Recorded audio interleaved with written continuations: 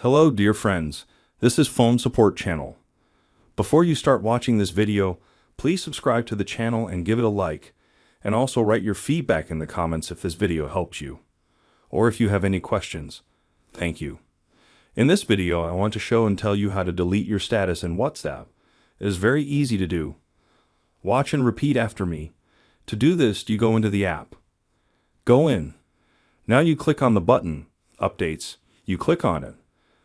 There's a status. You click. There's my status. Now, to delete the status, I click on Delete. Done. The status is gone. And now you can do as you wish. As you can see, this is a very simple and quick way. Done.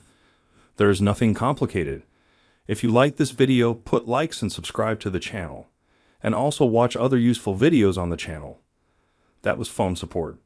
Bye bye. See you later.